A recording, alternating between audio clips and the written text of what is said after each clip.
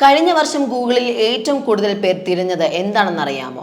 അതൊരു 20-കാരനെ ആയിരുന്നു. D4VD എന്ന അമേരിക്കൻ ഗായകൻ. ഡേവിഡ് ആന്റണി ബാർക്ക് എന്നാണ് അദ്ദേഹത്തിന്റെ ശരിയായ പേര്. അദ്ദേഹത്തിന്റെ പാട്ടുകളോടുള്ള ഇഷ്ടമല്ല, മറിച്ച് കുപ്രസിദ്ധിയാണ് ആ പേര് ആളുകൾക്കിടയിൽ ഇത്ര പ്രിയമുള്ളതാക്കിയത്. വർഷത്തിന്റെ തുടക്കത്തിൽ അദ്ദേഹത്തിന്റെ പേര് ആളുകൾക്ക് അത്രത്തോളം പരിചിതമായിരുന്നില്ല. എന്നാൽ സെപ്റ്റംബറോടെ എല്ലാം മാറി മറിഞ്ഞു. അതിനൊരു കാരണവുമുണ്ട്. ഒരു മൃതദേഹത്തിന്റെ അവശിഷ്ടങ്ങൾ ഒരു ടെസ്ലയുടെ ഡിക്കിയിൽ നിന്ന് കണ്ടെത്തി.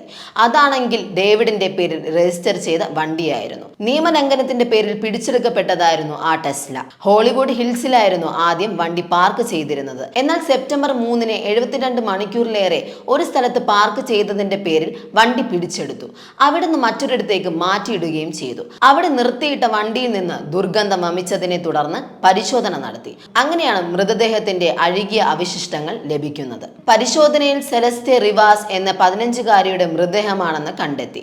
റിപ്പോർട്ടുകൾ പ്രകാരം കാലിഫോർണിയയിൽ വെച്ചാണ് സെലസ്റ്റയെ കാണാതാവുന്നത്. ഡേവിഡ് ആ സമയത്ത് അവിടെ ഉണ്ടായിരുന്നില്ല. അദ്ദേഹം സംഗീത പരിപാടികളുമായി പര്യടനത്തിലായിരുന്നു. ഗായകനെതിരെ സംശയിക്കത്തക്ക സൂചനകളൊന്നുമില്ലെന്നും കേസ് ചാർജ് ചെയ്തിട്ടില്ലെന്നും പോലീസ് ആവർത്തിച്ചു പറഞ്ഞു. എന്നാൽ ഇതൊന്നും ഒരു വിഭാഗം ആളുകളെ തൃപ്തിപ്പെടുത്തിയില്ല. സോഷ്യൽ മീഡിയയിൽ പലരും പല കഥകളും ഉണ്ടാക്കി.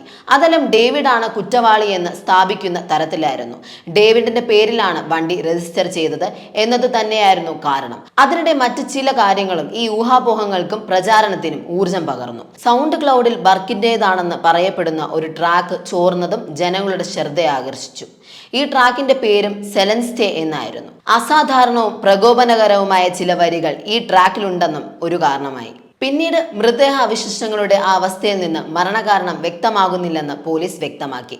എന്നാൽ കേസ് കൊലപാതകമായിട്ടാണ് കണക്കാക്കുന്നതെന്നും അന്വേഷണം തുടരുകയാണെന്നും അവർ പറഞ്ഞു. ഗൂഗിളിൽ ഡേവിഡിനെ ഒരുപാട് പേർ തിരഞ്ഞുവെങ്കിലും അദ്ദേഹത്തിന്റെ കരിയറിനെ ഈ കണ്ടെത്തലുകൾ മോശമായി ബാധിച്ചു. പല കമ്പനികളും ബർക്കിനെ ഉൾപ്പെടുത്തിയുള്ള പ്രൊമോഷൻ പരിപാടികൾ നീക്കം ചെയ്തു.